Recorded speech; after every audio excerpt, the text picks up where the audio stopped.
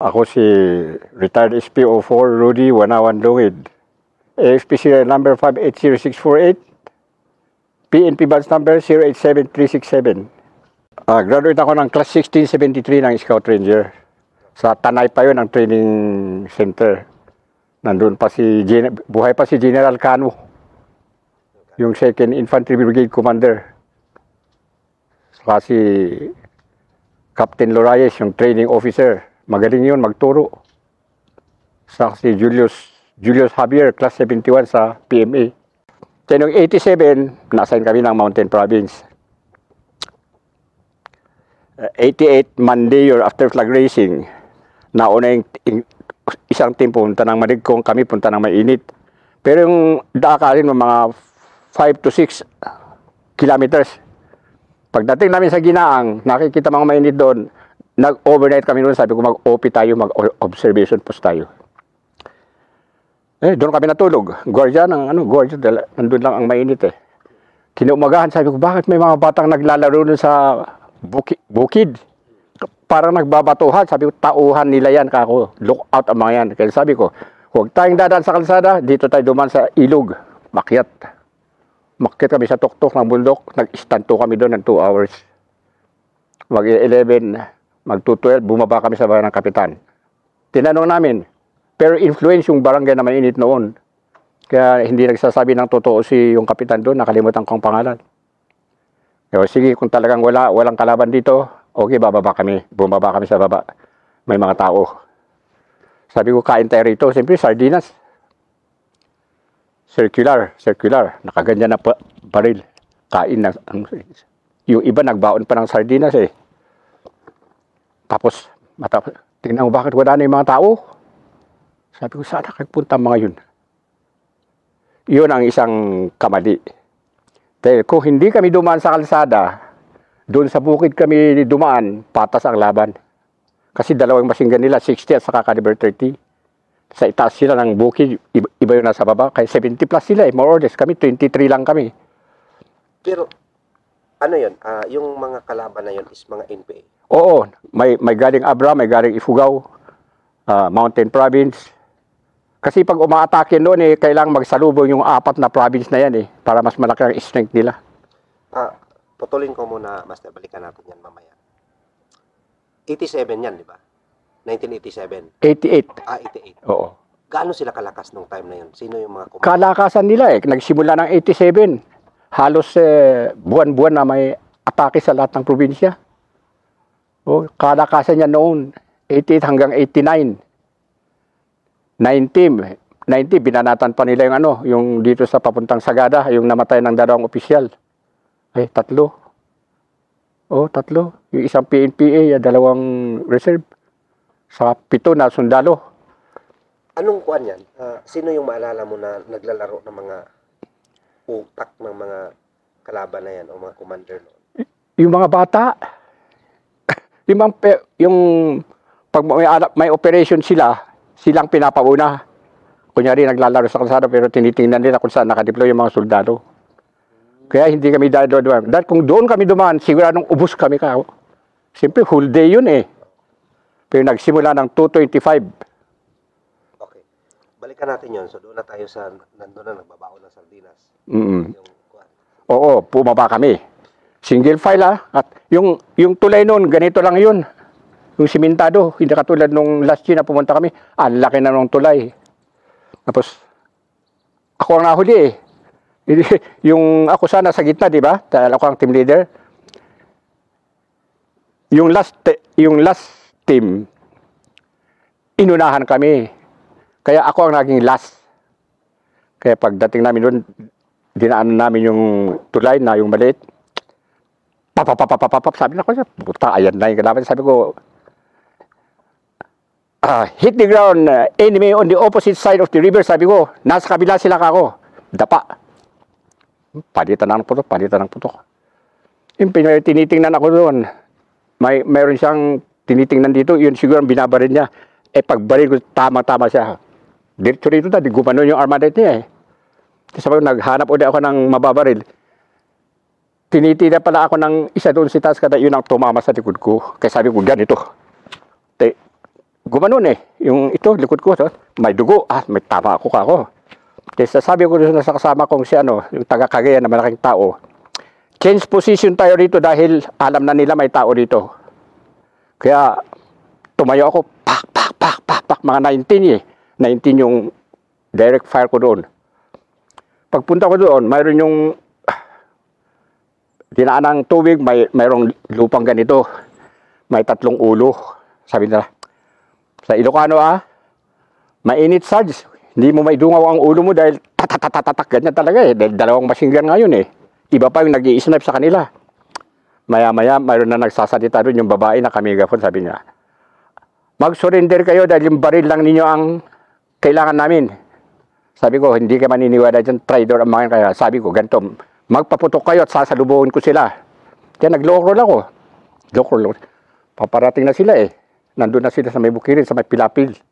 Kaya nagsasalita pa rin yung babae. 7 sila, 1 team. Hindi pa ako nakakarating doon sa kalsada para mag-fix target sana ako sa kanila dumarating. Tinarget nila ako dito na nga ito. Yan. Sabi ko, kumanin yung baril ko. Sabi ko, ano ba ito? Pak. Tama o di rito. Dito sa puwit ko at huli at dito, itong left foot ko. Sabi ko, 5 na nako, tingnan kong oras, alas 4 pasado na, sabi ko, mabubuhay ako rito. Kaya yung bala ko, yun ang itinago ko, hindi ko maitago yung baril eh. Oh. Kasi ganyan eh. Yung bala lang ang tinago ko, gumapang ako pababa, mayroon yung gaganito yung kahoy. Doon ako humawak, pagkatapos dumusos akong ganyan, kaya pa ganyan. Kaya andan na rin mga kalaban. May nagsalita sa salita namin. Itatagalog ko, sabi na, patay yan dahil ako ang bumaril. Kaya hindi nila ako binaril ulit. Dahil alam, dugo dito eh. Dugo dito. Kasi tamang-tama yung Monday kasi flag racing, puti yung t-shirt. Di ba? Puti ang t-shirt natin. Hindi na ako nagbisi kaya sabi niya, move na kayo. Sabi nung yung assistant provincial director. Kaya hindi kitang-kita yung puting t-shirt na wakwak dito sa likod. Kaya hindi nila ako minasundan. Yung mga iba sa kalsada, tarat. Putang ako. Parang hindi ka pinisingan. Hindi ako inano. Dahil sabi nga nung isa, malaking lalaki, ginanon ko pa eh. Sabay, iyo ko mabutit, hindi sila lumingon kaya hindi nila ako nakitang tumingin sa kanila. Kaya sabi ko, mabuhay ako. Huwag lang mawalan ng ama yung mga anak ko. Ay, parang umiyak na ako eh. Dadaloy anak ko, 5 taon at saka 3 taon. Kaya sabi ko, nakaganyan na lang ako. Ay, maya eh, gumabi na. Wala na, kinuha na nila yung pack ng mga kasama ko, mga baril nila, sapatos nila, kinuha nila. Mabuti yung relo ko, hindi sila bumabit at kinuha ng relo ko. Kaya nasa akin pa rin yung relo ko. Kaya may mga 8:30, andyan na yung B-150. Nag-strapping sila doon, wala na sila at nagtispagtago ng mga yan, pati mga kalaban. Bakit anong oras nag-umpisa? 2:25 ng hapon. Siya yung pinakamatagal na yung kwento sa Mountain Province. Mahigit 3 oras. Hindi lang sila kasi makadapit lahat dahil may pagitan kaming ilog. Mayroon pang isa-isang pumuputok. Pero yung 5 tao doon na nagtago, hindi sila nagpaputok. Yun ang mga gago na kasama ko. Kaya sabi ko, nagkukwento sila ng lamat. Huwag kayong salita rin ng salita dahil hindi kayo nagpaputok. Tingnan nyo, wala kayong sugat. Tingnan nyo yung mga bala ninyo, puro buo. Dahil hindi kayo nagpaputok sa takot ninyo malaman ng NPA na may mga sundalo dyan. Yung usang umalis para magpaputok, yun ang binaril nila ng bilahang na matamaan. Si Valdez, kaya sabi ko, mabuti pa ito. Nagsakripisyo ng kanyang buhay. Yung 5 doon, tangin na ako. Doon ako galit na galit. Mula noon, hindi na sila nagkukwento. Dahil alam kong nangyari eh. Maliban sa'yo na wounded, may patay na. Oo, mayroon ng patay. On that particular na oras. Oo. Mayroon na patay. May patay na. Kasi nung 4 o'clock, wala nang marinig na putok galing sa amin eh. Bali, 10 kamong wounded, 8 ang patay, 5 ang walang sugat. Kasi 23 kami. Oo. Ano yun na operation? operation dahil doble nga eh. Nandito sila sa Maligkong. Isang team ang pumunta doon. Mas marami dito. Kaya doon kami, mas marami kami, 23 kami. Pero yung pumunta dito. Pumunta sila mag-reinforce. Hindi nila alam kung saan nila puputukan, kung saan kami o nasaan ang kalaban. Pero lumapit sila dahil nalaman na tumawag ako sa radyo. Reinforcement dito ako sana, mainit. Kaya linakan nila, paspas. Overlooking, hindi nila malaman kung saan sila magpapaputok. Kung kami yung nasa kalsado o yung kalaban. Sayang yun eh, sayang yun. Bakit ano ang sitwasyon ng area? Ano ang i-picture out mo na? Bukid dito, kalsada. Masigit pa yung kalsada, hindi pa na-widening. Yung tama lang nadaanan ng tao. Bukid dito, bukid sa itaas. Pagkatapos, bahay doon. Oh. Yun ang gano'n ang sitwasyon. Saka yung tulay nga, 1 foot lang yung bridge. Ngayon, ang laki-laki ng tulay. So, pinuntahan ko yung hinawakan kong kaway, malaki na ganito. Yun ang nag-save sa akin. Kung hindi ako nakahawak doon, bagay sa baba, baka dumaus-us ako. Kaya napakalaking bagay nung last year, kunwari nagturista kami doon, pinuntahan ko, malaki na yung kahoy.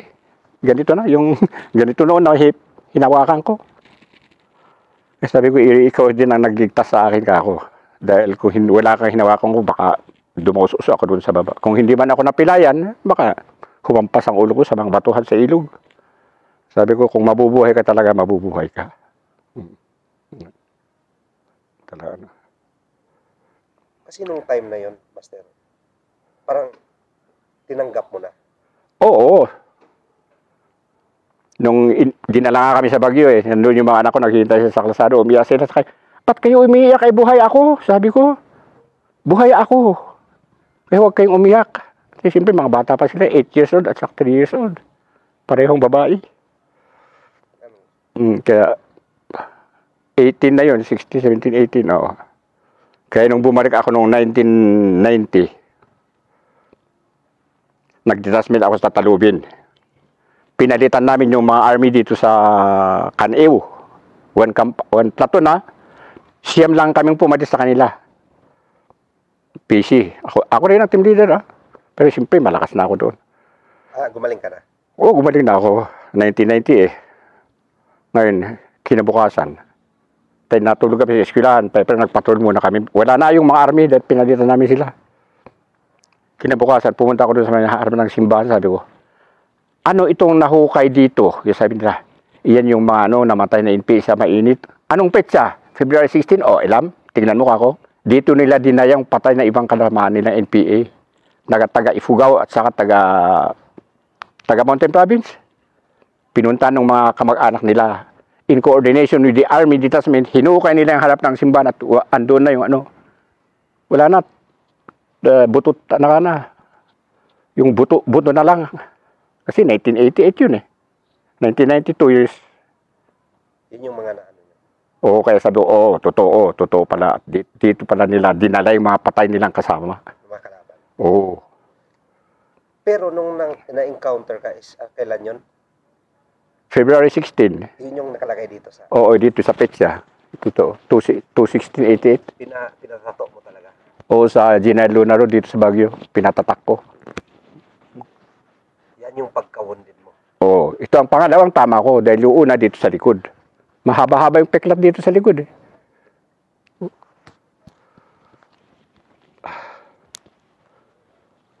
Balik mo lang. Pero talagang umiyak ako doon. Bakit, Master? Bakit ka na? Siyempre, yung mga anak ko. Anong unang inisip mo nung... Paano ng mga anak ko kung mamamatay ako?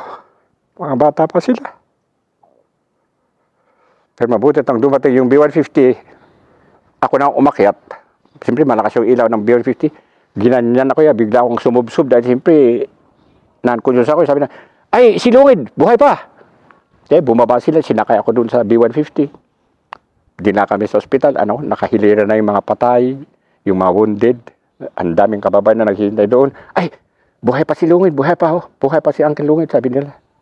Kaya yun, ako ang huling na-evacuate. Kaya nagtagal ako doon sa daan mismo dahil umakyat na ako nung pumunta na yung mga NPA doon, umakit ako. Sinubsub ko na yung ulo ko yan. Pag ganyan-ganyan nga, ako, ang dami kong iniisip ba? Sabi ko, nako, paano kung mamatay ako rito, di wala nang magpapaaral sa mga anak ko. May babae pa naman sila. Sabagay, may trabaho rin ang misis ko noon. Kaya okay lang. At siguradong may matatanggap kasi died in action. Kung namatay ako, died in action. O kaya killed in action. Sabi ko, ay, sus, wala na yung parang cowboy na nangyari nung encounter sa Abra. Parang laruan lang. Tak, tak, tak, tak, tak. Tama rin yun. Sipin mo. Ano, Master? Ano ang pakiramdam na ikaw team leader that time, di ba? Oo, ako ang overall section leader. Kasi 3 team nga eh. Ang dala mo. Team 16. Ang dala mo na kuwan team is 3. Oo, 3 team. Ikaw yung section leader. Oo, ako ang section leader. So wala na talagang nagkukuman kasi kahit sa sarili mo wala na rin. Wala na ah. Anong pakiramdam mo? Di, responsibilidad ko yun eh. Kaya nung pumunta nga ako doon at nakasubsob yung ulo ng tatlo, sabi ko, huwag kayong maniniwala na baril lang ang kailangan nila. Papatayin din tayo. Kaya ako, sige, magpaputok kayo. Tak, pak, pak, scattered fire, scattered fire ako. Huwag niyo i-concentrate sa isang lugar. Basta pak, pak, pak, pak, pak. Kasi siyempre nakakalat sila. Mamalay mo kung may matamaan. At sasalubungin ko yung dumarating na team. Yun ang advice ko sa kanila. At Team na? yung 3 ulo nakasubsob doon. Kasi may lupa eh. Kasi kung guide sa bukid, di ba? Mayroong lupa na naiipon. Oo. At ganito lang yun eh. Pero eksakto yung ulo. Ng kasama mo? Oy, may pang-4 sana ako yan. Ganun na nga ang announcer nung mayroong PA system, mayroong public address system na babaeng ng armalet, naka-pistol pa yung babae. Amasona. Walang hiya tong babaeng ito ah. Can afford. Kumbaga, talagang pinaglalaruan kayo as in na nagmimigafon sila. Ganon sila ka. Oo, kasi alam nila kasi na napin down na kami eh. Napin down na kami. Isipin mo yan, 70 against 23. Times 3 kamo sa times 3 number. Tapos posisyon nyo palugi. O lugi pa kami dahil overlooking. Eh, kawaway din nung kalsada kaya hindi masyadong mataas ang damo. Kaya nakikita talaga yung ulo namin. Naka-snipe. Mabuti rin yung isang kasama kong si Julio na nag-transfer sa BGMP. Akala ko siya isang may interview rito eh. Kaya medyo nadagdagan yung patay sa NP dahil punta sila sa ilog. Umakyat sila. 3 sila eh. Eh, dito lang ang tama nung kasama ko si Julio Joaquin. Nakita niya, nakaupo siya, pero may tama na siya. Dito ko lang eh. Dito ko sila, nandun na ako ya. Narinig ko yung papapapapapapap. Patay agad yung 3 NP eh. Kaya nadagdagan yung namatay, yung isang binaril ko, yung binaril niyang 3 at saka yung baka mayroong tinamaan din yung kasama namin. Kaya 7 yung patay sa kanila. Halos parehas. Kung ibibilang mo sa ratio in proportion, marami sila. Ewan ko lang kung pareha kaming 23.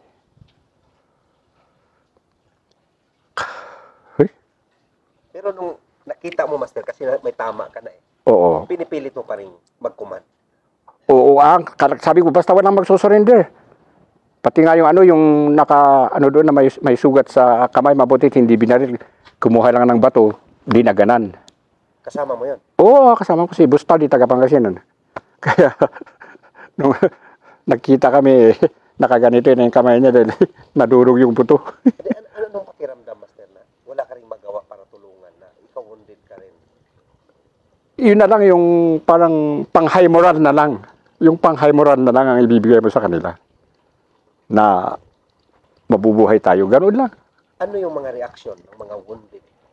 Na parang wala na kayong doon, wala na kayong pag-asa. Oo, wala na. Kung Nakikita mo sa kanila? gumagano na lang sila. Hindi, yung iba, hindi nila maiangat yung kamay nila kasi kamay nilang may tama. Yung iba, yung paa dito, hindi rin sila makatayo. Sabi ko, mabuti nga ako at nung nandun ako sa kalsada, nung gumanon ako, napasubsub lang ako dahil siyempre bigla yung ng dugo. Pero at least nakatayo ako. Nakatayo ako nung dumarating na yung B-150. Mga anong oras mo? mga almost 9. Kasi level ng, ano yun eh, ginaang. Kaya madaling kumontak sa URC 187, yung, hindi pa cellphone yun eh. Lumang ano natin. Oo, hindi yung, yung squeeze tutok. Hindi yun.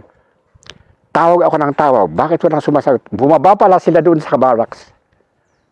Saka nagluluto ng nagpipinigpikan ng manok. Pinipigpikan kami ng bala. Nagpipigpikan sila ng manok. Sabi ko, walang hiya ka. Kaya nagkita kami nung masaya siya sa barlig. Sabi ko sa salita namin, kababayan ko, tang na mo ako. Kung hindi mo kami iniwan doon, baka tatatlo lang ang namatay. Iniwan mo kami eh. Di ba, usapan natin, huwag kayong aalis, sabat hanggang nasa labas kayo. Ba't pa kayo bumaba? Eh, hindi siya makaimik. Eh, sabi ko, putan, kahit opisyal ka. Eh, galit na galit talaga ako. Sabi ko, usapan nga yan eh. Anong reaksyon nila, Master? Walang umiyak na mga kasama mo. Ni ikaw, di ba umiyak ka rin? Oo, napaluha ako. Hindi naman talagang... Tears of a warrior. Oo, well. Iyak ng isang warrior. Oo. Pero yung mga kasama mo, ano yung kuwan? Wala rin naman, wala rin. Sabi ko, good. Nakita-kita nga kami dahil isang sasakyan kami nung dinala kami sa Baguio. Magkita-kita kami sa ospital, isang ward. Siyempre, kantyawan nung nasa loob kami ng ospital. Palubin noon. Okay. Walang Master, yung time na yun. Walang... May casualty rin kami, isang taga-Bontok. I mean, doon sa pangyayari na yung February 16, may wounded na hindi na nakaabot ng buhay sa ospital. Wala talagang patay sila lahat nung idating sila doon. Yung 8 na namatay is on the spot yun. Ay, hindi lang iisa ang tama ng iba eh. May 2, 3. Siyempre yung iba, loss of blood. Naubusan ng dugo. Eh, sabi ko naman pala eh, kung dito lang ako tinaman sa puso, siguradong patay ako. Dahil dito nagpapamlang dugo, di ba? Sa puso. Pero dito sa lungs. Kaya hanggang ngayon, sa x-ray, mayroon pang shrapnel. Sabi nila, ano yan? Bakit parang bakal yan? Ay, yung shrapnel ka ako dahil yung tumamang bala ng carbine dito. Hanggang ngayon, pag nagpapa-x-ray, mayroon pa yung mga 3 particles yun eh. Pero halata mo na talagang bakal kung hindi yung chromite na nandito pa sa Sa dami ng patay at wounded, Master, sa pangyayari na yun, wala kang sinisi, hindi ka nagsisi, wala kang Isa lang, yung kamali ko ba't kami sa kalsada dumaan. Yun ang inaano ko, putang ina. Sabi ko nila sa ranger, wag kang dadaan sa kalsada eh. Talagang influence yung barangay na yun dahil ang dami nilang tao nung kumakain kami. Bakit wala man nagsabi na nandyan sila, nakaposisyon na sila? Kasi talagang hawak nila yung mga tao doon eh. Anong barangay? Mainit. Kasi yan, mayroong private mines dyan. Kaya gustong-gusto ng NPA tumira dyan dahil mayroon yung private mines ng ginto. Yun ang isang purpose kaya doon nakakonsentrate yung mga kalaban. May kaunting minahan dyan eh. Sino kayang commander that time? Nakalimutan ko kung sino yung dahil kasi nag-combine na nga yan eh, hindi lang taga Mountain Province, mayroong galing ng Ifugao, mayroong galing ng Abra sa Mountain Province, nag-join yung 3 probinsya, kaya malaki-laking puwersa. Grabe grabe yung pangyayari na yun. Grabe talaga, hindi ko yun, kung iniisip ko sabi ko. Pagkatapos, nung na-assign pa akong chief of police dito sa Barlig, nag-meeting kami ng dito sa Chatol, yung Citizens Crime Watch at saka Citizens Nag-Watch. Nung pauwi kami, yung pare na sinakyan namin, nakainom, engot, nahulog kami. 4 ang patay. Isa na naman ako doon sa nabuhay. Tapos na yung pangyayari na yun. Tapos na tayo, 1990... Ano yun?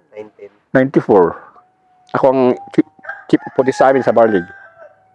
Kaya tingnan nila mayroon na namang 4 na fracture sa ribs ko. Makita mo yung pagka-fracture, mabutit hindi nag-break.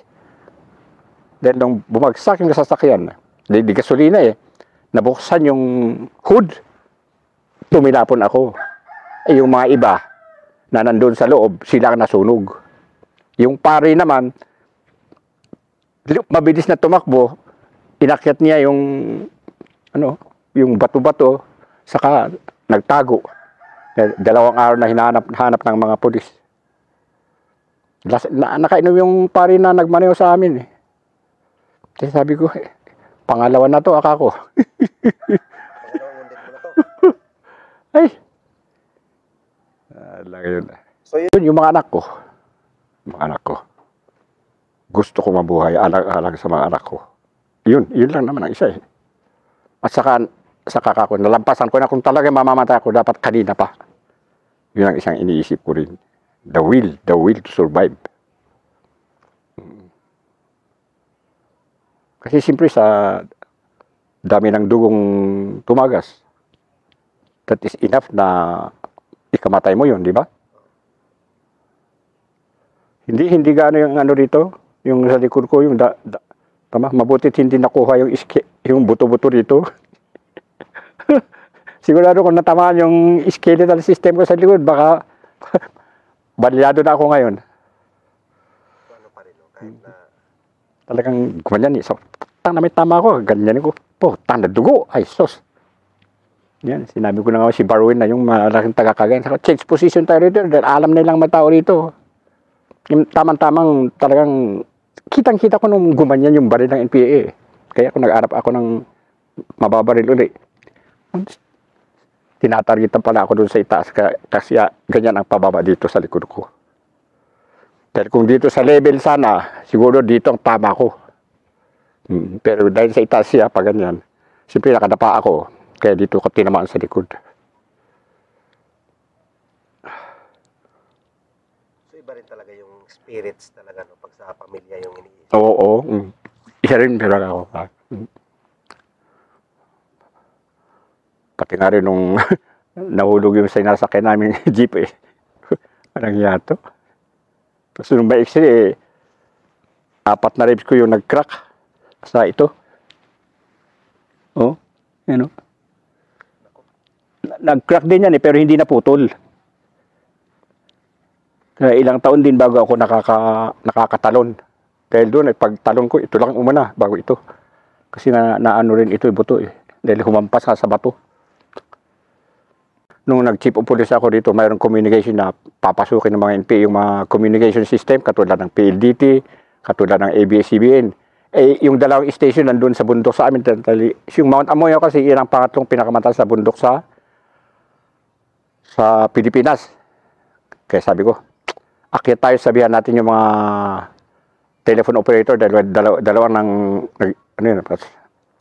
sinabi namin, dahil yun ang narinig namin informasyon na sisirain nila yung mga communication towers.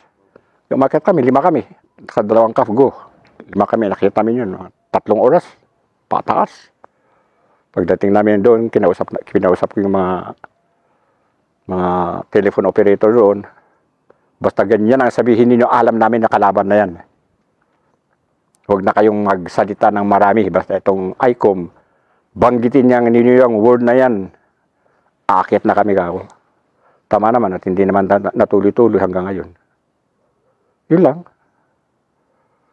Kasi medyo gumaling na lahat itong mga sugat ko. Kaya medyo nakakita ko doon sa bundok naman, tarik-tarik pa naman. Diretso, 3 oras nga eh. Ano yung dala-dala mong ano, Master? Armalite. Hindi, I mean, yung kanina pinakita mo. Yung ano ko yun, yung award ko ng Bronze Cross kay General Montaño. Ibang encounter yun? Hindi, yun na nga yung sa mainit. Mainit yun. Oo. Yung isa, yung Award of Merit ko sa Presidential Guard, nung na-spot promotion ako, 1 rank higher. Yung sa Bronze Cross Award, na-spot promotion ka dahil? Oo, na-spot promotion ako ng Staff Sergeant.